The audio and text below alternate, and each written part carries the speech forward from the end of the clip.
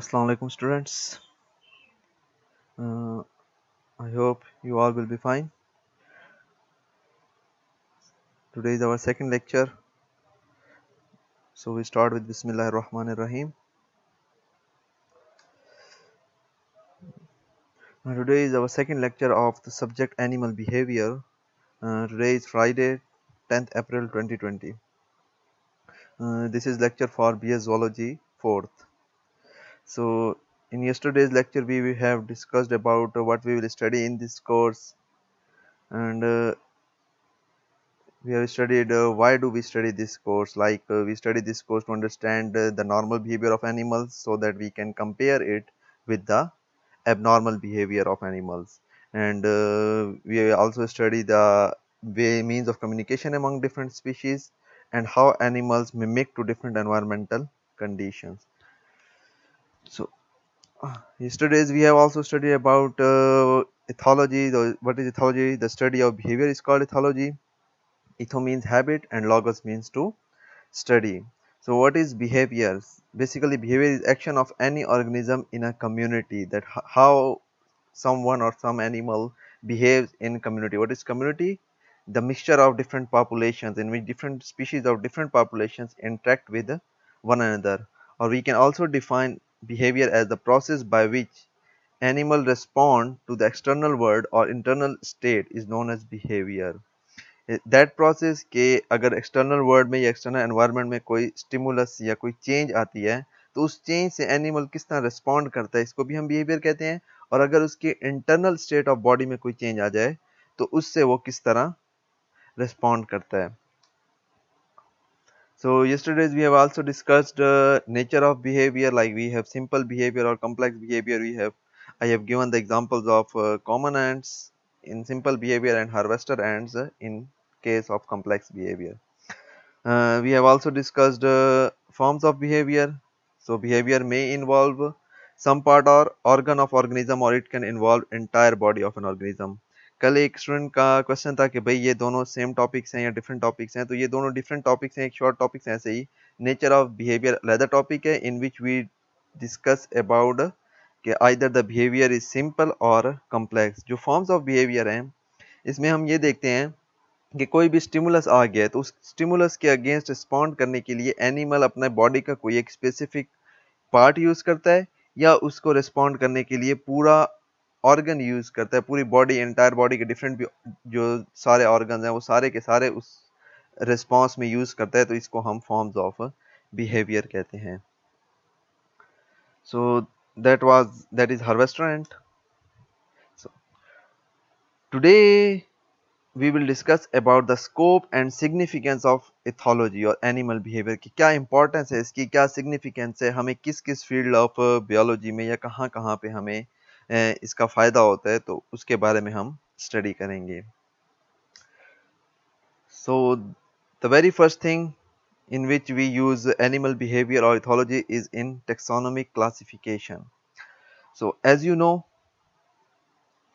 what is taxonomy? It is the branch of biology in which we study about the classification of organism into groups and subgroups on the basis of similarities and differences। के वो branch of biology के जिसमें हम animals को classify करते हैं, उनको different species, different genera, different families, orders, classes, phyla, kingdoms वगैरह में उनको क्या करते हैं, क्लासीफाई करते हैं। On which basis? On similarities. अगर सिमिलर हैं कोई दो ऑर्गेनिज्म या दो इंडिविजुअल्स तो हम उनको सेम ग्रुप में डाल देते हैं। इफ दे हैव डिफरेंसेस तो हम उनको सेपरेट ग्रुप्स में क्लासिफाई करते हैं। सो टेक्सोनोमिक क्लासिफिकेशन में किस तरह हमें इथोलॉजी यूज होती है? So ethology is also used in taxonomic classification. For example, different species of crickets can be distinguished by mating calls. Here we can say mole crickets. This would be better.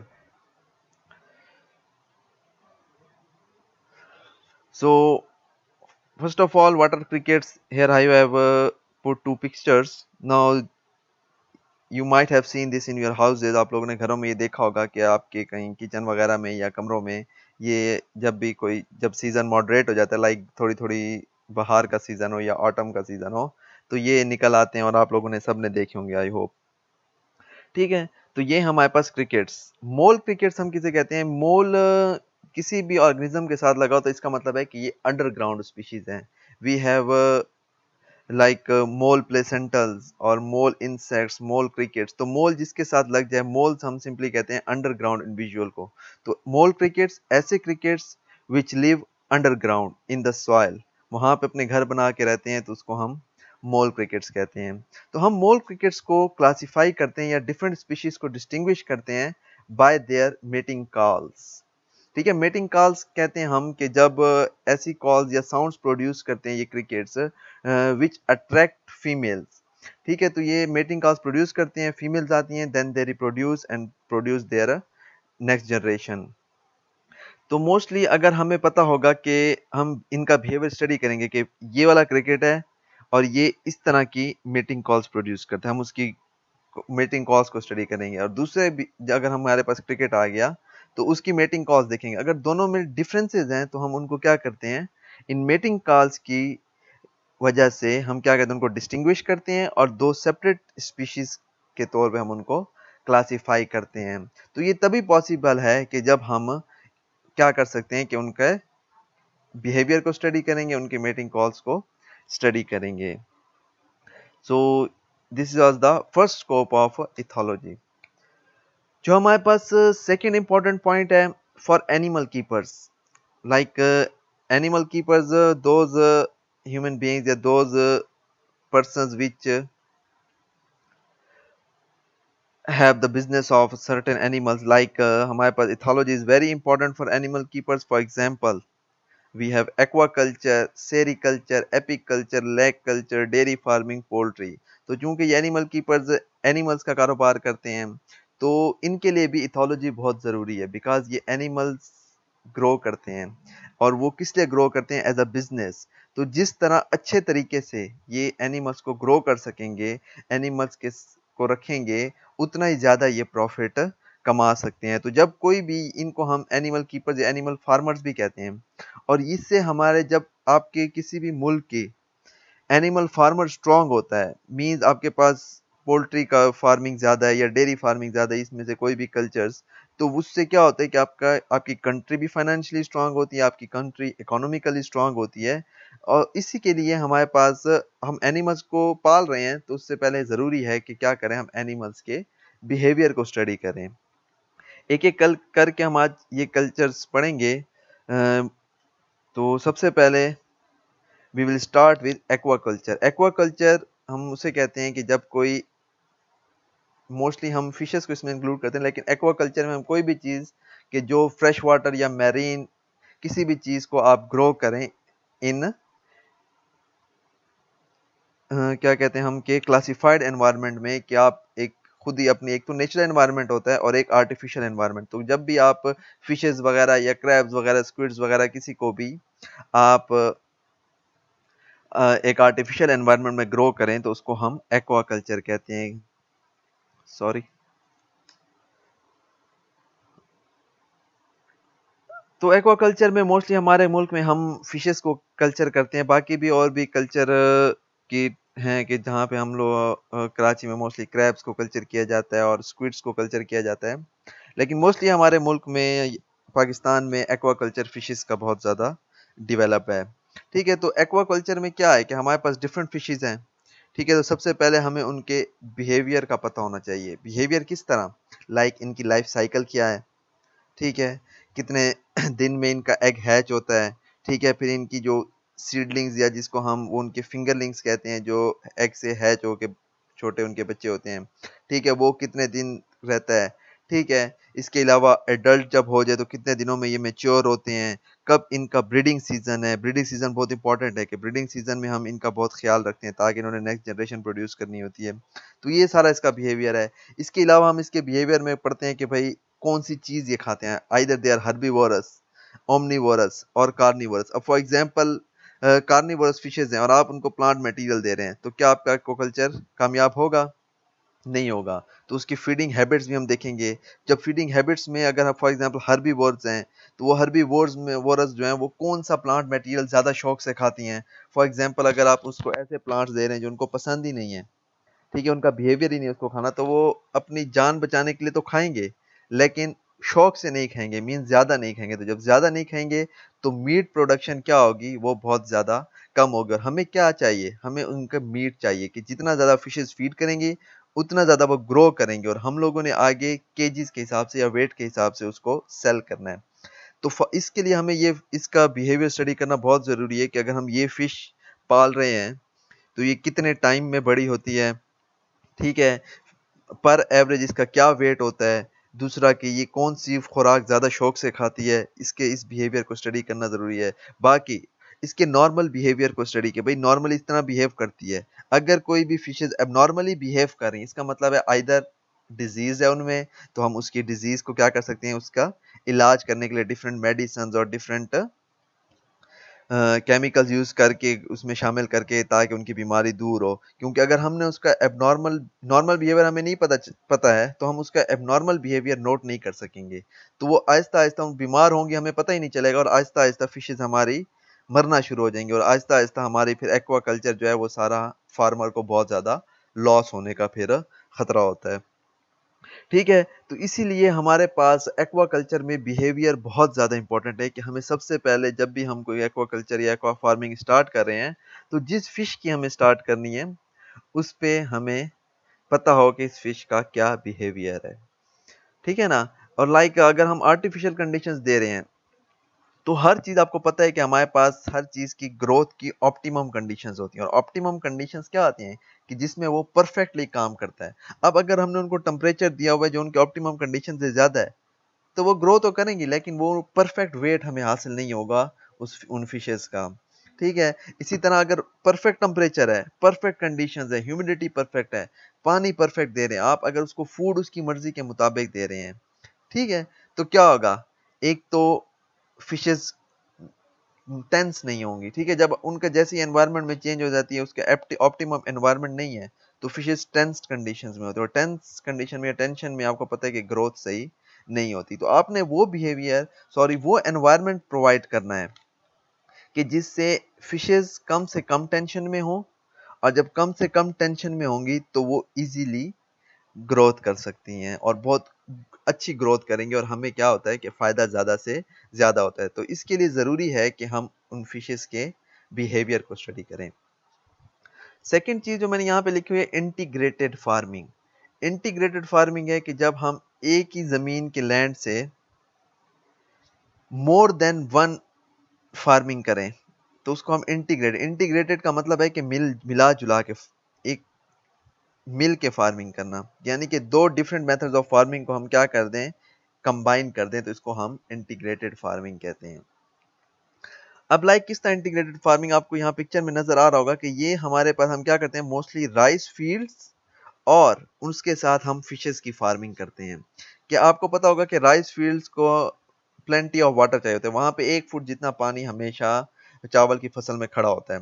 तो वो 1 foot वाले पानी में हम अपनी क्या करते हैं कि फार्मर्स क्या करते हैं, फिशेस ला के डाल देते हैं, तो 6 महीने जो 1 फुट पानी ठहराता है, तो फिशेस भी उतने ग्रोथ कर लेती हैं। उस वो जो फिशेस हम डालते हैं मोस्टली, मैं उसको एक्सप्लेन करूंगा, तो वो मोस्टली जो है 1-1 किलोग्राम या 750 ग्राम्स तक हो जाती हैं। तो अब वो जो फार्मर है, क्या हुआ कि एक ही पीस ऑफ लैंड था, उसमें उसने चावल की भी फसल हासिल की और फिशेस भी उसमें उसने हासिल कर लिया। आपको इधर नजर आओगे, देखें बहुत ज्यादा फिशेस हैं। तो अब एक पीस ऑफ लैंड से उसने दो दो प्रॉफिट्स लिए, एक तो राइस चावल की फसल बेची, दूसरी उसने फिशेस को बेच के भी प्रॉफिट हासिल किया। और जितना ज्यादा किसी भी कंट्री का फार्मर स्ट्रांग होगा, उतना ज्यादा उस मुल्क की इकोनॉमी और स्ट्रांग होगी, और फाइनेंशियली भी मुल्क स्ट्रांग होगा। अब ये इंटीग्रेटेड फार्मिंग में बिहेवियर का क्या दारोमदार है। फॉर एग्जाम्पल, आप इंटीग्रेटेड फार्मिंग कर रहे हैं, आपने राइस फील्ड्स में सोचा है कि मैं क्या करूं, फिशेस को ग्रो करूं। अब अगर फॉर एग्जाम्पल आपने हर्बीवोरस फिश डाल दी, क्या होगा, वो आपकी राइस फील्ड ही खा जाएगी, वो आपके चावल की जो सीडलिंग्स उन पे उनको खा जाएगी। एज अ रिजल्ट डबल नुकसान, एक तो पैसे लगाए आपने फिशेस पे, दूसरा जो चावल की फसल होनी थी वो भी अब तबाह हो गई। ठीक है, तो इसके लिए मोस्टली वो क्या करते हैं कि थिलापिया एक फिश है, वो थिलापिया फिश क्या करती है कि उनको डालते हैं। अब थिलापिया क्या है, ये ओमनीवोरस फिश है, लेकिन ओमनीवोरस यानी कि कभी कभी वो हर्बीवोरस चीजें खाती है, मोस्टली कार्निवोरस फिश है। ठीक है। अब क्या होगा कि जो कार्निवोरस फिश हमने थिलापिया इसमें इंट्रोड्यूस की है, अब कार्निवोर्स कभी भी क्या करते हैं, आपको पता है, प्लांट मटेरियल नहीं खाते या ग्रासेस नहीं खाते। तो अब ये क्या होगा, ये मर जाएगी लेकिन कभी भी राइस फील्ड को नुकसान नहीं देगी। यहाँ पे हमें क्या होता है कि आप इसमें चावल की फसल लगाई और उसमें आपने इसकी सीडलिंग्स, छोटे छोटे बच्चे डाल दिए। आपको फर्दर फूड देने की भी इसमें जरूरत नहीं है, बिकॉज आप लोग अगर कोई किसी ने कभी देखे हो राइस फील्ड्स, तो राइस फील्ड्स में क्या होता है कि बहुत ज़्यादा ग्रास हॉपर्स होते हैं, और ग्रास हॉपर्स और मेंढक वगैरह और जो नहर का पानी आता है उसमें बहुत से इनऑर्गेनिक कह रहा हूँ, ऑर्गेनिक सब्सटेंस और फूड मटेरियल आते हैं, उसमें टैडपोल्स आ जाते हैं, उसमें फ्रॉग्स आ जाती हैं। तो ये क्या करती हैं, जो फिशेज हैं ये उन्हीं ग्रास हॉपर्स पे फीड कर लेती हैं, उनके नीम्स वगैरह पे, उनके एडल्ट्स पे, उनके एग्स पे फीड करती हैं। इसी तरह फ्रॉग्स आ जाते हैं, तो फ्रॉग्स के जो लार्वे हैं, टैडपोल्स वगैरह, उन पे फीड करती हैं। एज अ रिजल्ट क्या होता है कि सेम फील्ड ऑफ लैंड है, उसने चावल की फसल भी लगाई और फिशेस भी डाल दी, और फिशेस पे उसने कोई खर्चा नहीं किया, बिकॉज सारी वो वहीं पे फीड कर रही हैं। अब इससे क्या होता है, डबल फायदा हो रहा है उसको, डबल फायदा ये भी हो रहा है, और दूसरा, ग्रास होपर्स क्या करते हैं, वो राइस की फील्ड को नुकसान पहुंचाते हैं, और ये उन ग्रास होपर्स पे फीड करती है। एज अ रिजल्ट पेस्ट भी कंट्रोल हो रहा है आहिस्ता आहिस्ता, एक फायदा। उसी फील्ड ऑफ लैंड से आपके पास राइस की फसल प्रोड्यूस हो रही है, और वो भी ज्यादा अच्छी, पहले से भी अच्छी। और तीसरी कि आपने फिशेस भी वहां से प्रोड्यूस की। तो अब आप देखिए, एक पीस ऑफ लैंड से फार्मर ने कितना ज्यादा फायदा उठा लिया।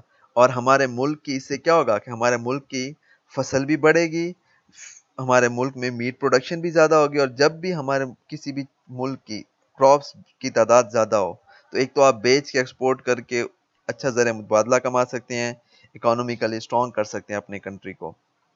दूसरा, वहाँ पे आपको ज़्यादा पता है कि अगर बहुत ज़्यादा फिशेज़ होने लग जाएँ, फिश प्रोडक्शन ज़्यादा हो किसी भी मुल्क में, तो फिशेज़ का क्या होगा, रेट कम होगा, सस्ती होंगी, गरीब भी खा सकेगा। इसी तरह जब फसलें अच्छी होंगी, तो हर चीज़ सस्ती होगी मुल्क में, और गरीब और मिडिल क्लास जो तबका है वो आहिस्ता-आहिस्ता स्ट्रॉन्ग होगा। तो ये हमारे पास इथोलॉजी की इम्पोर्टेंस है इन aquaculture.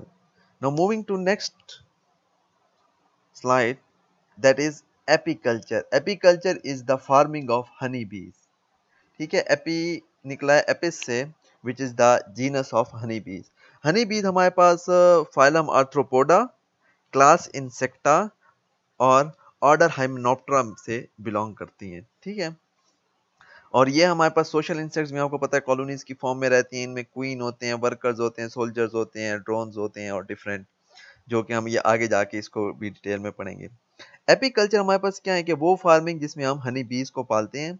हनी बीज हमें क्या फ़ायदा देती हैं, एक तो ये हनी प्रोड्यूस करके देती हैं हमें, जो बहुत ज़्यादा इकोनॉमिकली वैल्यूएबल है। दूसरा, ये वैक्स प्रोड्यूस करती हैं, और वैक्स भी हमारे पास आगे फर्दर डिफरेंट चीज़ों में यूज़ होता है, लाइक आपके कॉस्मेटिक्स में यूज़ होता है, आपकी मोमबत्तियाँ बनाने में यूज़ होता है।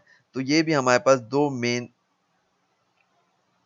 कंपोनेंट्स हैं। और जो थर्ड इम्पॉर्टेंट चीज़ ये हमें देती हैं, दैट इज़ पोलिनेशन, कि हमारे पास पोलिनेशन में बहुत बड़ा किरदार है इन हनी बीज का। ठीक है, तो मोस्टली पाकिस्तान में हनी बी आपने कल्चरिंग देखी होगी, वो बॉक्सेस पड़े होते हैं। इसमें अब देखें, हमारे पास जो पाकिस्तान में मोस्टली कल्चर की जाती है हनी बीज, एपिस फ्लोरिया, जिसको हम छोटी शहद की मक्खी भी कहते हैं।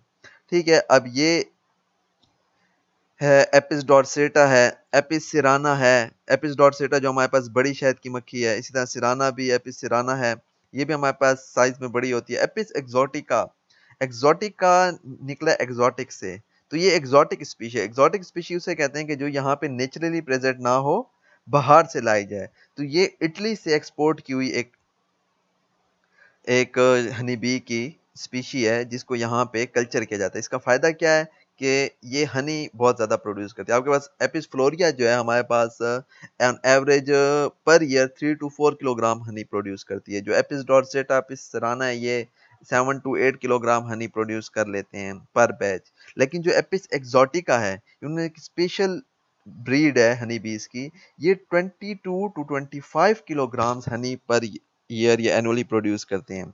अब हमारे लिए फ़ायदेमंद क्या है एपिस एक्सोटिका, कि हम अगर इसकी फार्मिंग करें तो हनी की प्रोडक्शन बहुत ज़्यादा होगी। लेकिन हमारे पास चूंकि मार्केट में डिफरेंट हनी की मांग होती है। अब जैसे छोटी शहद की मक्खी की हनी हो तो उसकी बहुत ज़्यादा मांग है, ठीक है। आई डोंट नो कि क्यों, बट लोग कहते हैं कि ये ज़्यादा अच्छी होती है और फलान और चीज़। तो बस सिंपली हमारा ये कॉन्सेप्ट है कि महंगी है तो अच्छी होगी, लेकिन अगर हम कंपोनेंट्स देखें हनी के तो मोस्टली सेम होते हैं।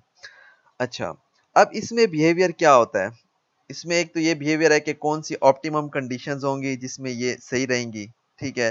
दूसरा, अगर इसका एबनॉर्मल बिहेवियर शो कर रही है तो कौन कौन सी बीमारियां होंगी और उनको इलाज करना हम कर सकते हैं इजीली। इसके अलावा हर चीज़ की जो है ना प्रेफरेंसेस होती हैं फूड की, मैंने आपको बताया। अब एपिस फ्लोरिया मोस्टली जो है इसकी प्रेफरेंस है कि ये जो बेर के दरख्त होते हैं उन वो बहुत ज़्यादा प्रेफर करती है। तो ये उससे ज़्यादा से ज़्यादा, तो जब किसी फ्लावर को ये प्रेफर करती है तो उससे ज़्यादा से ज़्यादा क्या करती है, ये नेक्टर एब्जॉर्ब करती है, और वो जाके ज़ाहिर बात है जो नेक्टर एब्जॉर्ब करके या सॉरी सक करके जाती है उसी को जाके वो हनी बनाते हैं। एक तो ये यहाँ पे कि हम इनकी फीडिंग बिहेवियर को देखें, उनके ऑप्टिमम कंडीशंस को देखें, किस टेम्परेचर पे सही काम करती हैं, कौन सी कंडीशंस पे। जो इम्पोर्टेंट चीज़ है कि ये हनी स्टोर करती हैं, ठीक है। आपने कभी नेचुरली देखें कि उसमें हनी स्टोर होगी होगी होगी, और उसके बाद उसी हनी पे जब ये एग ले कर देती हैं अपने उन चैम्बर्स में, तो वो लार्वे निकलते हैं और वो सारी हनी खा जाते हैं। अब ये टाइमिंग बहुत इंपॉर्टेंट है। अगर आपने हनी बी का कल्चर किया और उसको छोड़ दिया तो आप कभी भी हनी हासिल नहीं करेंगे कि हनी बी का वो बैच हनी फिल करेगा उसके बाद खुद ही उसी हनी को खा जाएगा, तो आपको कोई फायदा नहीं होगा। अब हमें इस हर डिफरेंट हनी बीज के डिफरेंट बिहेवियर हैं। कोई जो है 28 डेज बाद हनीज के तमाम चैम्बर्स फिल कर लेते हैं, कोई 45 डेज है। तो हमें इनके इस बिहेवियर का पता चले होगा तो तभी हम क्या कर सकते हैं कि हम हनी की ज़्यादा से ज़्यादा क्वांटिटी हासिल कर सकते हैं। और फिर हमारे पास चूंकि ये एक वैल्यूएबल चीज़ है कि लाइक हनी का आपका क्या फ़ायदा है, एक तो ये हमारे पास इनमें इन्वर्ट शुगर्स होती हैं। इन्वर्ट शुगर्स आपके डायबिटिक पेशेंट्स के लिए बहुत इंपॉर्टेंट हैं। इसके अलावा और भी बहुत से डिफरेंट एंजाइम्स वगैरह और प्रेजेंट होते हैं हनी में। तो ये थेराप्यूटिकली भी बहुत अच्छी है। थेराप्यूटिकली हम कहते हैं कि बीमारियों से ऐसी कोई चीज़ जो हम किसी भी बीमारी को ठीक करने के लिए या उसकी क्योर करने के लिए यूज़ करें, उसको हम थेराप्यूटिक्स कहते हैं। तो हनी हमारे पास थेराप्यूटिकली भी बहुत अच्छी है चीज़ है। इसके अलावा जो है हमारे पास हम इसको एज अ फूड भी यूज़ करते हैं। इसमें हमारे पास इन्वर्ट शुगर्स हैं जो डायबिटिक पर्सन के लिए बहुत अच्छे हैं, ठीक है। सो ये हमारे पास एपीकल्चर में भी इथोलॉजी का बहुत रोल है। तो अगर आपके एपी फार्मर्स जो हैं जो एपीकल्चरिंग करते हैं उनको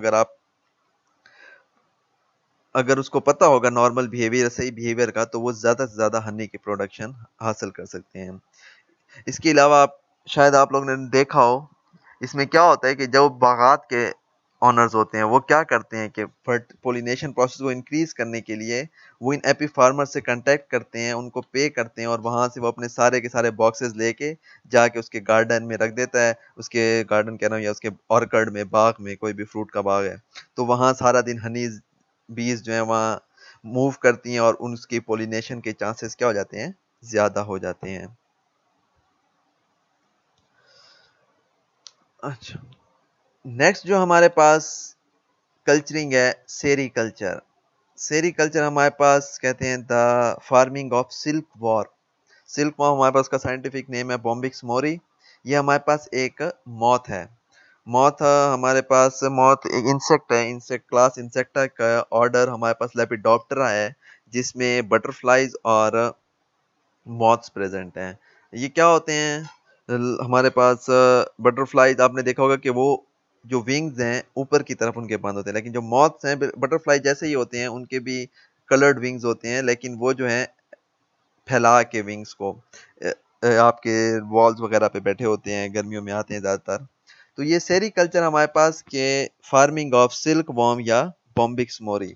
सिल्क वॉर्म क्या करता है कि हमारे पास इट प्रोड्यूसेस सिल्क, ठीक है। आपने ये देखा होगा कि हमारे पास ये लार्वल स्टेज है। ये लार्वल स्टेज क्या करती है, ये कुकून बनाती है, और यही कुकून जो है हमारे पास ये लार्वा क्या करता है, आहिस्ता आहिस्ता अपने इर्द गिर्द क्या करता है कि सिल्क सिक्रीट करता है। इनके अंदर सिल्क ग्लैंड्स होते हैं और वो यहाँ पे राउंड करता जाता है और इस पे अ,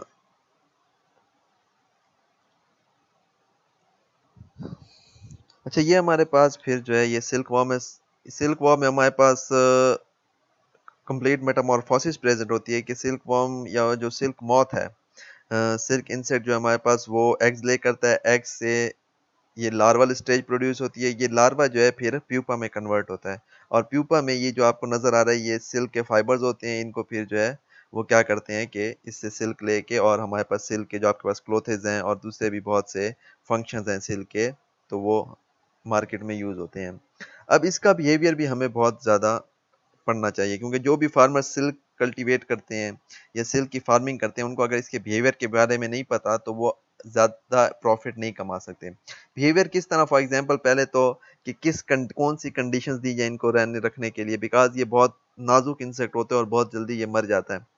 अगर थोड़ी सी भी कंडीशंस ख़राब हो, टेम्परेचर ज़्यादा हो जाए या कम हो जाए, तो इसके मरने के चांस होते हैं। यहाँ पे आपको नज़र आ रहा होगा कि इतने ज़्यादा यहाँ पे कोकून्स पड़े हैं, इसको हम कोकून कहते हैं जो इसकी प्यूपल फॉर्म है। ठीक है, ये यहाँ पे इन्होंने उसमें ये डिफरेंट लार्वे हैं जो उन्होंने फूड डाली हुई है। ठीक है, एक तो फीडिंग बिहेवियर बहुत इंपॉर्टेंट है। लाइक हमारे पास मोस्टली हम क्या करते हैं कि मस्टर्ड लीव्स पे सिल्क प्रोड्यूस करते हैं। तो इसके अलावा हमारे पास जो बेरी के पत्ते हैं वो भी यूज़ करते हैं कुछ farmers to feed silk worm, लेकिन इसमें ये फिर वो गैप आ जाता है क्वालिटी ऑफ सिल्क में, कि जो हमारे पास मस्टर्ड के लीव्स हैं उनको बहुत ज़्यादा शौक से खाते हैं आपके पास जो ये सिल्क वॉर्म्स हैं। ठीक है, और इससे जो सिल्क प्रोड्यूस करते हैं वो बहुत वाइट कलर का होता है और बहुत अच्छी क्वालिटी का सिल्क होता है, लेकिन जो बेरी के पत्तों पे अगर फीड करें तो हमारे पास सिल्क की क्वालिटी थोड़ी बहुत लो होती है। बस इसीलिए हमें इसके बिहेवियर को पढ़ते हैं ताकि हमारे पास हम ज़्यादा से ज़्यादा सिल्क की पैदावार कर सकें ना, क्योंकि अगर ऑप्टिमम कंडीशंस होंगी ये इंसेक्ट अच्छी तरह ग्रो करेगा, इसका साइज भी इंक्रीज होगा, और जितना ज़्यादा ये ग्रो करेगा और जितनी ज़्यादा फीडिंग करेगा उतना ज़्यादा सिल्क प्रोड्यूस करता है। ये सिल्क प्रोटीन है हमारे पास, जो इसमें सिल्क ग्लैंड्स होते हैं वो ये प्रोटीन बनाते रहते हैं। तो जाहिर बात है जितनी ज़्यादा फूड लेगा उतना ज़्यादा ही ये सिल्क प्रोड्यूस कर सकेगा। सो आज के लिए इतना है, कल बाकी भी हम कल्चर्स पढ़ेंगे और बाकी जो सिग्निफिकेंस है एनिमल बिहेवियर की वो हम क्या करेंगे, डिस्कस करेंगे। तो अगर आपको इस लेक्चर में कोई भी क्वेश्चन हो आप कमेंट सेक्शन में लिख के क्वेश्चन कर लें, मैं उनके आंसर्स दे दूंगा, अगर छोटे हुए तो वहीं कमेंट में दे दूंगा, अदरवाइज रिकॉर्ड करके दे दूंगा। ठीक है, आज भी मैंने एक क्वेश्चन का आंसर इसी लेक्चर के दौरान दिया है, तो और अगर कोई क्वेश्चंस हुए तो वो मैं हर रोज़ जो नेक्स्ट लेक्चर होगा उसके शुरू में मैं उन क्वेश्चंस के जवाब दे दिया करूँगा। ठीक है, so thanks for your participation and खुदा हाफिज, हैव अ नाइस डे।